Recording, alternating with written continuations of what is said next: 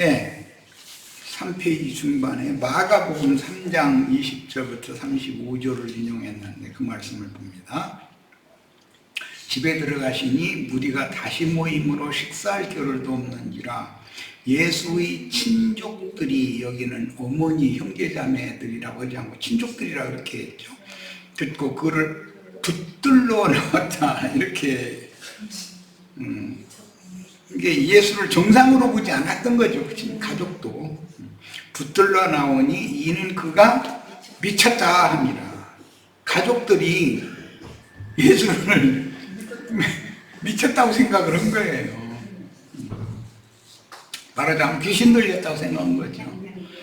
자, 예루살렘에서 내려온 서기관들은 그가 바알세불이 집혔다 하며 또 귀신의 왕을 힘입어 귀신을 쫓아낸다 하니 예수께서 그들을 불러다가 비유로 말씀하시되 사탄이 어찌 사탄을 쫓아낼 수 있느냐, 누구든지 성령을 모독하는 자는 영원히 사하심을 얻지 못하고 영원한 죄가 되느니라 하시니 이는 그들이 말하기를 더러운 귀신이 들렸다 함이더라. 그때 예수의 어머니와 동생들이 여기 더러운 귀신 이렇게 말했는데 이것은 정하고 부정하고 그런 말이 아니고 혹독한, 몹쓸, 심한 귀신도 아주 심히 들렸다 이제 그 말이 말하자면. 그때 예수의 어머니와 동생들이 밖에 와서 밖에 서서 사람을 보내어 예수를 부르니 했다가 여짜오되 보소서 당신의 어머니와 동생들과 누이들이 밖에서 찾나이다. 대답하시되 누가 내 어머니이며 동생들이냐 하시고 아주 귀신도 심히 들렸어 그랬는데 이제는 이 정도 되면 이제 귀신이 심히 들린 것이 아니라 그거 봐 그렇잖아 이제 이렇게 나오겠지. 불러앉은 자들을 보시며 이르시되 마태복음 제자들을 가리켜 가라사대라고 되어 있죠. 내 어머니와 내 동생들을 보라. 누구든지 하나님의 뜻대로 행하는 자가 내 형제요 자매요 어머니이니라. 하나님의 뜻대로 한다는 건 하나님의 뜻을 위하여, 즉 구속을 위하여 세상에 보내심을 받은 예수를 주와 그리스도로 믿고 주님의 교회로 모여서 교회 생활을 실행하는 것, 그게 하나님의 뜻대로 행하는 것이죠. 오늘 우리가 지금 하나님의 뜻대로 행하는 거 이게. 마태복음에서는 그 당시의 분위기를 정확하게 기록하지 않았으나 그 당시에 예수님의 친척들까지도 예수의 메시아 사역을 귀신에 들린 짓이라고 봤습니다. 예루살렘에서 내려온 서기관들과 바리새인들은 예수님이 귀신의 왕 바알세불을 힘입고 이런 이적을 행한다고 모독하는 말로 유대교인들이 예수께로 가지 못하도록 회방하였음을 알 수 있습니다. 이것이 성령을 회방하는 짓이고 하나님을 모독하는 말을, 참남된 말을 하는 말이죠. 이런 것이 이게 다 그리스도의 심판대에서 심판거리를 지금 쌓아놓는 말을 함부로 하면 안 되는 거죠. 그러니까 예수님의 육신적인 모친과 동생들은 마태복음 13장 55절 56절에서 보듯이 모친 마리아와 그 형제들인 야고보, 요셉, 시몬, 유다와 그 누이들이 있었는데 로마교의 마리아 평생 처녀석이나 요셉의 전처에게서 난 자식들이라는 주장, 이런 주장은 전부 거짓말이다. 이 교계에는 이런 무익한 말들이 행행하고 난무하고 있는 거죠. 우리가 여기서 이제 좀 유심히 생각해 볼 게 있는데, 예수님이 잉태하고 갓난아이로 태어났을 때 마리아는 하나님이 보낸 가브리엘 전사를 통해서 하나님의 뜻을 전달받은 사람이죠. 그랬고 요셉은 꿈을 통해서 하나님의 뜻을 전달받았어요. 그래서 헤롯의 그 박해를 피해서 아기 예수를 데리고 애굽으로 갔다가 그 헤롯이 죽을 때까지 애굽에서 기다렸다가 돌아오는 그런 사람이었어요. 그런데 예수가 30세가 되어져 가지고 사역을 하니까 하나님의 천사에 의해서 계시를 받았던 것이 오히려 다 날아가 버렸다는 걸 알 수 있잖아요. 그러니까 사람은 뭔가 어떤 꿈이나 또는 어떤 계시를 본 것이 있다고 해서 그것이 그 사람의 믿음을 견고하게 끝까지 붙잡아 줄 수만 있으면 좋은 일이겠으나 그렇지 않을 수도 있다며 현실적인 것이 너무 더 가깝고 늘 만나는 일이니까 뭐 예를 들어 30년 전에 이런 이상과 계시가 있었어도 그 신앙생활을 계속한 것이 아니라 묵수로서 세상에 사는 것, 그 일에 파묻혀 살다 보니까 그냥 당연히 그 계시는 계시대로 받았고 유대 종교인으로서 생활을 하면서 3절기에 예루살렘 와서 설기를 지키러 가고 안식일에는 그 동네 회당에 가서 유대인 생활하고 그러다 보니까 뒤로 물러갈 수 있게 되는 것이 인간이다라는 거예요. 우리들은 오늘 이런 말씀을 통해서 이런 그 사람이라고 하는 것은 항상 믿음으로 앞으로만 나가는 것이 아니라 퇴보를 얼마든지 할 수가 있다. 그러니까 이것을 조심해야 된다. 한번 계시를 받은 사실이 있어도 그게 점점 흐려지다가 나중에는 현실 세계의 것에 다 몰두해버릴 수가 있는 것이거든. 얼마든지 이렇게 되는 거죠. 조심해야죠.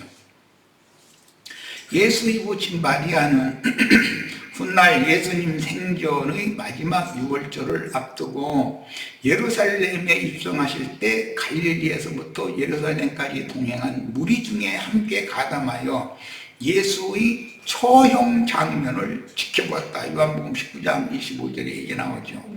예수님이 승천한 이후에는 오순절과 그 이후 지휘자들의 다락방 모임에도 참여한 사실을 사도행전에 분명히 예수의 모친 마리아가 거기서 참여한 사실이 있죠.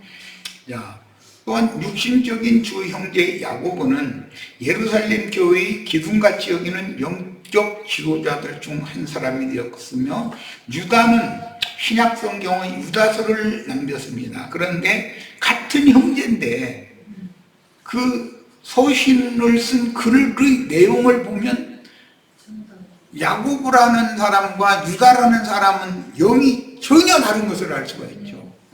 참 이게 놀라운 거예요. 타고난 형제니까 부모니까 나의 영과 같을 거다. 그건 전혀 영의 일은 그렇지 않다는 거예요. 47절 한 사람이 예수께 여짜오되 보소서 당신의 모친과 동생들이 당신께 말하려고 밖에 섰나이다. 그래서 이게 무슨 말을 하려고 그랬던 거죠? 귀신 들린 자를 데리고 가는 말을 하려고 그랬던 거라는 거예요. 본문은 이제 신의 사본, 바티칸 사본 등에는 생략이 되었고 시리아 사본, 이건 이제 북반부 사본이라고 그러죠. 사마리아 역에는 기록되어서 46절과 48절을 자연스럽게 읽기 위해 사람들이 이제 후대 필사자들이 의도적으로 첨가한 구절이 아니냐 이렇게 말하지만 사실은 그렇지 않고 그 북반부 사본 시리아 사본이 바티칸 사본이나 신의 사본보다 훨씬 더 성경 훨씬 더 정확하다라는 거예요. 그러니까 우리는 그렇다고 해서 신의 사본이나 바티칸 사본이나 뭐 다른 많은 사본들을 무시하면 안 되죠. 다른 사본들이 있으면 그것도 같이 이게 해독하고 읽을 수만 있다면 뭐 우리는 뭐 나는 그 히브리어나 헬라어 아람어의 그 언어학자가 아니기 때문에 다만 그냥 가르침 받은 사람일 뿐이기 때문에 너무 일천한데, 그런 고어체의 히브리어나 헬라어 등을 다 해독해내고 아람어, 뭐 비문이나 이런 것들을 다 해독해낼 수 있는 사람, 그런 언어학자들이 이제 그 형제회 계열에 속한 형제님들이죠.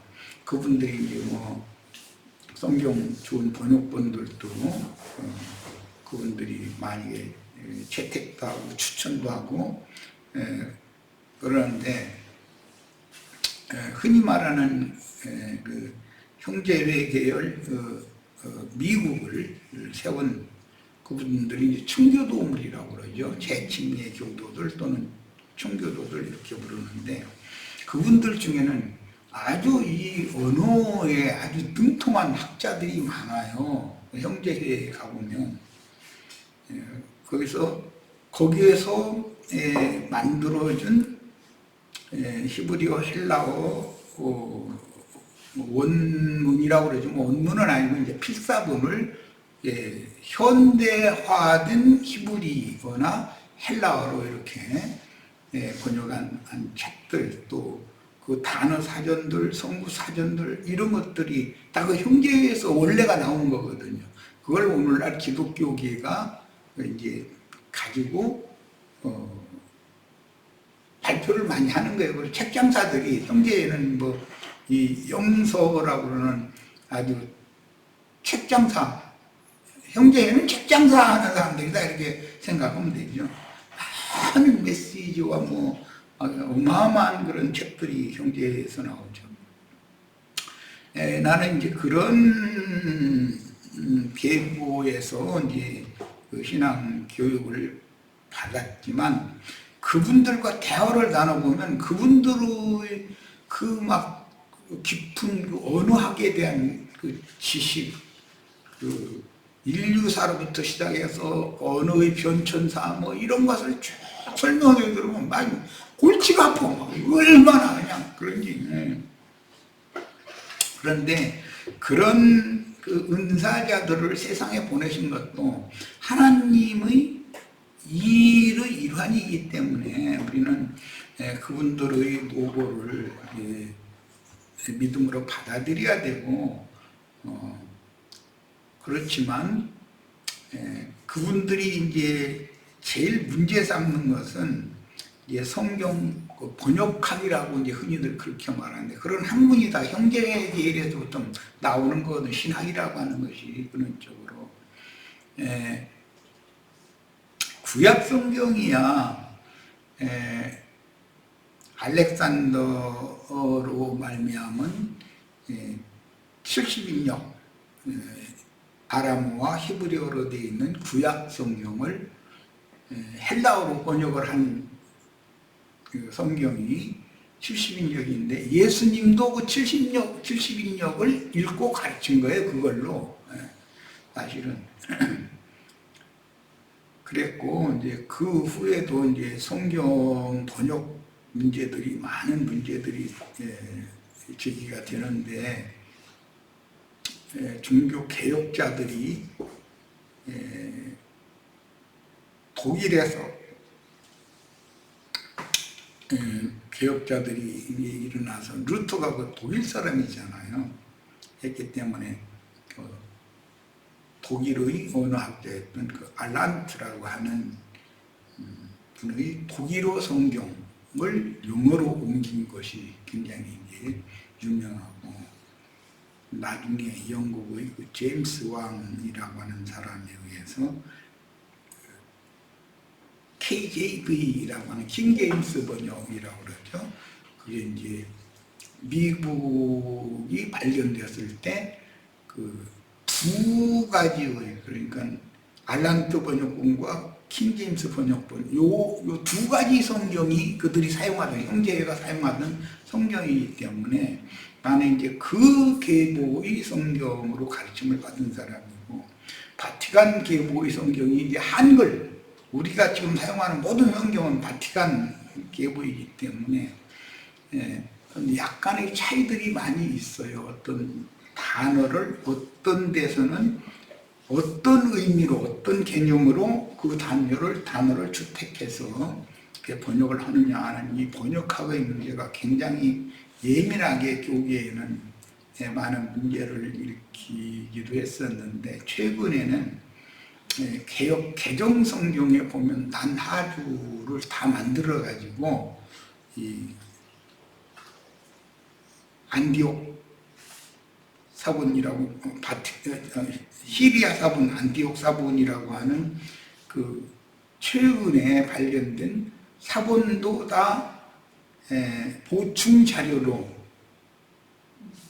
난하주에다가 어떤 성경 구절이 없음이라는 게 옛날에는 그렇게만 돼 있었잖아요. 그런데 어떤 성경 번역본에는 이렇게 번역이 되어 있다라고 다 그렇게 지금은 너무 성경을 읽기에 너무 유익하도록 지금은 많은 학자들이 그런 수고를 했고, 우리는 그런 전문 어느 학자가 아니라도 친절하게 이렇게 성경이 잘 번역된 번역본을 읽고 있는 현대에 살고 있으니 얼마나 감사한 일인지 몰라요. 난 그런 걸 굉장히 늘 감사하게 생각했어요.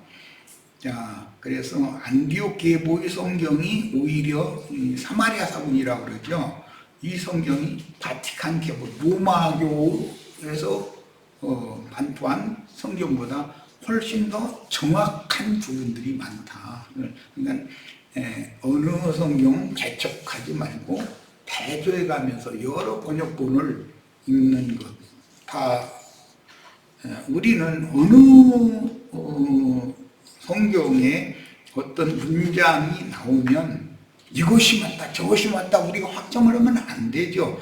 하나님의 원래의 뜻은 거기에 많은 의중을 포함하고 있기 때문에 번역본들마다 그 핵심 단어 선택을 달리 할 수가 있어서 그걸 대조해 가면서 읽으면 신앙의 폭이 넓어질 수가 있죠. 그러나 성경은 성경 자체가 성경을 해석을 해주기 때문에 앞에서 어떤 성경의 어떤 문장이나 문구나 어떤 용어가 나왔으면 뒤에 그 문장을 나중에 후대 사람이 인용을 해서 또 말을 할 때 말하는 소리를 들어보면 앞에 나온 그 말씀을 이 선지자는 또는 이 사도는 이렇게 이해를 하고 있구나라는 걸 우리는 쉽게 알 수 있잖아요. 그래서 모든 성경을 자기 주관에 따라서 너무 자기네들이 읽는 성경 외에는 뭐 전에 그 킹제임스 한킹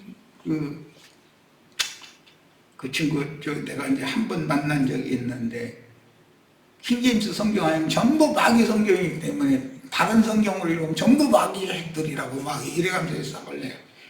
그렇게 말하는 당신이 마귀 자식이면 어떻게 하려고 그러느냐고. 아무리 당신이 옳지만 당신이 말씀을 한 하나님은 아니지 않냐고. 당신도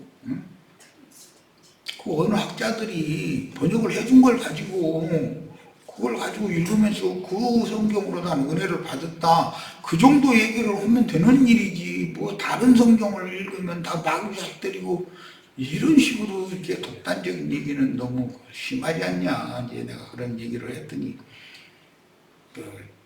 자기에게 그냥 중이 들라고 온 줄 알고 좋아했다가서는 낯것이 점점 편해지더니 그러면 이 성경도 되고 저 성경도 되냐고 이러길래, 되고 안 되고를 내가 결정하는 것이 아니라 성경이라는 것은 여러 사본이 있으면 여러 사본을 대조해서 읽어보면은 성경이 성경을 다 영감으로 해석을 해주게 마련인 건데, 내가 보는 성경만이 제일이라고 그리고 내 말만이 제일이라고 그러면 쓰겠느냐고. 그랬더니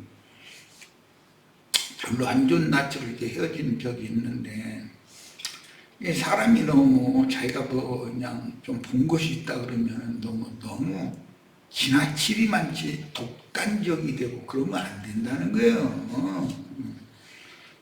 자기 주장이 맞을 수도 있겠지만 안 맞는 확률이 더 많잖아. 그럼 어떻게 할 거예요?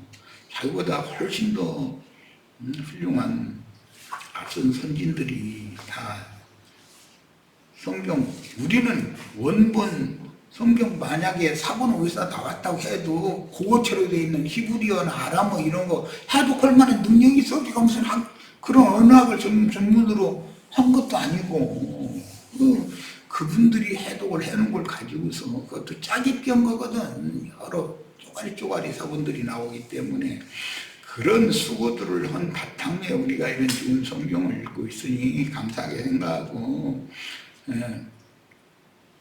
너무 어떤 계보의 성경에 너무 치우치면 안 됩니다. 나는 원래 배우기를 형제 계열에서 나온 그 성경으로 이제 신앙 교육을 받았지만, 한국 사람이니까 개혁 성경을 읽으면 마음 편안하고, 내 눈에는 이게 뭐 쉬우니까 한글로 되어 있는 성경이, 내가 영어를 알아, 독일어를 알아, 뭐 그런 그 모든 언어를 잘 안다면야 뭐. 그런데 히브리어, 헬라어 뭐 조금 공부했다고 그러는 사람들이 이상하게 그냥 난리를 내는 걸 보면, 야, 참 사람들이 어쩜 저럴까. 자기가 뭐 좀 더 많이 알면 더 겸손하게 사람을 설득하고, 이것은 이치적으로 이렇고 이 앞절에 구절에 이렇게 돼 있고 이것이 선지자가 또 받아 말씀할 때 이렇게 있고 신약의 사도들은 또 이걸 이렇게 말씀했더라. 이것 좀 한번 같이 대조하면서 읽어봅시다. 이렇게 하면 수용을 해주지만 자기가 하는 말이 막 오르면서 이런 식으로 그냥 주장하는 자세라면 그건 사람을 설득하기가 어렵습니다. 자, 더 나갑니다. 그러나 마가복음 3장 32절, 누가복음 8장 20절에서 그 타당성을 보인다는 점. 이게 지금 나의 생각은 어떤 성경은 어떤 성경으로 연계가 되기 때문에 다 읽어보면 이게 이런 뜻으로 말한 거다라는 것이 알 수 있게 된다는 거예요, 자연히. 그런 점에서 원문에는 기록되었을 것으로 추정하는 학자들이 있는데, 대부분은 바티칸 사본에만 매몰되어 있던 사람들은 없음이라는 것에만 너무 익숙해져 가지고, 없음이라는 그 구조, 그 괄호 안에 들어있는 어떤 번역이 들어있는 것을 얘기하면 이렇게 이상한 눈으로 본다 이거. 그러면 되겠냐. 그 문장의 흐름이라는 것이 있고, 그러니까 사람인데 영감으로 그걸 다 수용할 건 수용하고 이렇게 해야죠. 자, 그때 예수님의 어머니와 그 형제들이 예수를 만나려고 했던 이유는 친척들과 서기관들과 바리새인들이 모두 많은 무리를 몰고 다니며 천국 복음을 전파하시는 예수를 귀신에 들렸다고 여겼기 때문이다 하는 거예요. 예수님을 귀신 들려서 그런다고 그 유대교인들만 그렇게 본 것이 아니라 예수님의 부모, 뭐 여기서는 아버지는 안 나왔는데 어머니, 형제들도 다 그렇게 봤다 하는 거예요. 우리 조금 전에 내가 얘기했지만 예수를 잉태했을 때 자기 처녀 때 잉태했잖아요.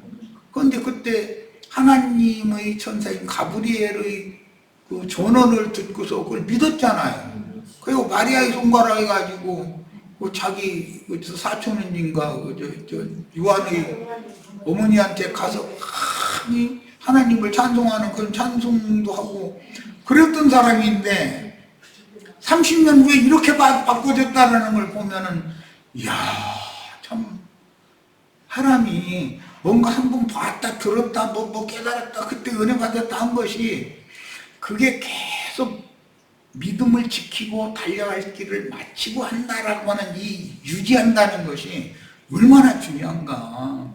그래서 나는 이런 말씀을 통해서 우리 지체들 불같이 뜨거워졌다가서 팍 식어버리고 이렇게 하지 말고, 안 뜨거웠으면 계속 그냥 온 세상 불 태워버리고 그렇게 뜨겁게 하고, 어쨌든 믿음의 진보를 이루면서 믿음을 유지하는 것, 지키는 것, 이게 얼마나 중요한지를 꼭 이런 시간에 강조하고 싶어요. 자, 누가 내 모친이며 내 동생들이냐 이렇게 말할 때 내가 서두에도 그 말씀을 나눴지만 예수님이나 예수님의 동생들은 얼마나 황당했겠어요. 아니 마리아로 보면 자기 속으로 나서 길러놓은 거잖아. 30세 먹고 나니까는 아니 아버지 가업을 이어받아가지고 목수생활 다 돼가면서 좀 가정생활이나 열심히 했으면 좋겠는데 이러고 뛰어나가더니 이건 집이고 뭐고 다 이제 부모고 형제고 다 소용없다 이 시기에 이제. 그러니 그 마리아나 형제들의 참담함이라고 그럴까? 황당하다고 그럴까? 그 심정은 어떻겠냐는 거예요. 그래서 나는 내가 예수님의 동기간으로 태어나지 육신적인 동기간으로 그때 당시 태어나지 않은 건 너무 감사해. 난 그래요. 그때 당시 그렇게 나도 예수님의 동생으로 태어났으면 나도 안 믿어. 그 믿는다는 게 이상한 거예요. 그게. 그렇잖아요. 그런데 마리아는 좀 의심이 가. 근데 그렇게 하나님 참 성령으로 잉태시킨 거 이런 거 다 알고 있고 하나님을 찬양하고 그랬는데 지금 와서 또 이렇게 자기 아들이 미쳤다고 귀신 들렸다고 이렇게 생각한다는 게 사람 신앙이라는 것은 지금 현재 내가 잘 믿는 것 같아도 장담 못한다. 하나님의 은혜가 얼마나 필요한가 그것까지 그걸 나는 참 많이 느낍니다. 누가 내 모친이여 내 동생들이냐 이 말씀 선언은 오직 부활이요 생명이신 예수님의 관념에는 아버지의 성령에 의해서 아버지의 성령이라는 건 하나님의 말씀을 말하는 거예요. 진리 말씀에 의해서 새 생명으로 거듭난 천국의 권속들만 생각하시므로 혈연관계의 부모 친척 아비집 땅에 속하고 육신에 속하고 첫 창조에 옛 창조에 속한 것은 예수님은 안중에 없다는 것이잖아요. 지금 사역을 시작하신 이후에는 그 전에는 어쩌는지 기록이 안 나 있으니까 모르지만 사역을 시작하신 이후에는 오직 새하늘과 새 땅, 새 영과 새 마음, 새 세계에 관한 얘기만 관심을 갖고 있다. 그러니까 우리가 봐도 세상에서도 저 사람 예수 믿는다고 하더니 요즘에 그냥 완전히 매몰돼가지고 미쳐버렸어 완전히 이러잖아요. 사람의 심령과 정신이라는 것은 무언가에 이렇게 완전하게 매몰되고 붙잡혀 버릴 수가 있는 거다 하는 걸 알 수가 있어요.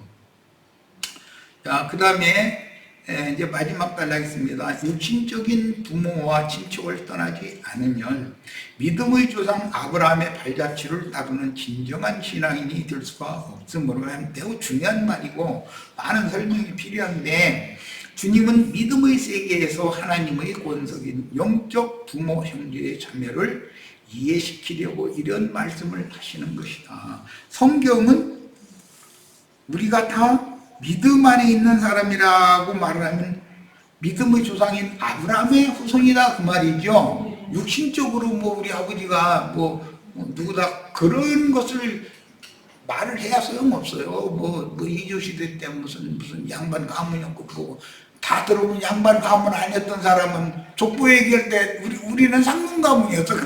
난 그런 사람 하나도 못 봤어. 다 양반 가문이었다고 그랬지. 양반 가문 아닌 사람이 세상에 어딨어.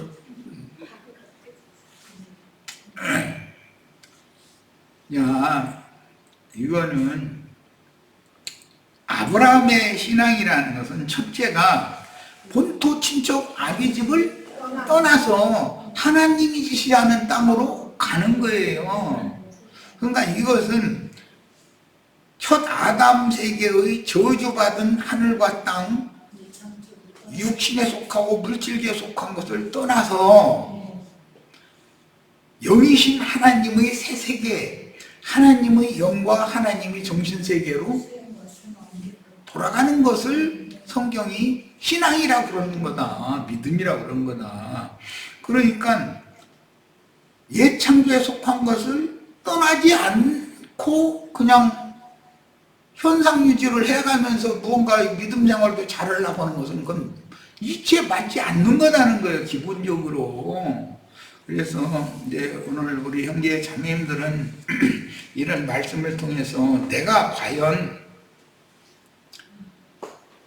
본토 친척 아비집을 완전하게 떠난 사람인지, 이 땅에 다만 사는 것은 행인과 나그네로 사는 것이 확실한지, 이런 것을 이런 말씀을 통해서 좀 깊이 묵상하는 그런 시간이 됐으면 합니다. 자, 오늘 집회는 모두 마칩니다. 우리 지체들 충분히 다 소화했을 것이라고 믿고 마칩니다. 자, 오늘 집회 모두 마칩니다.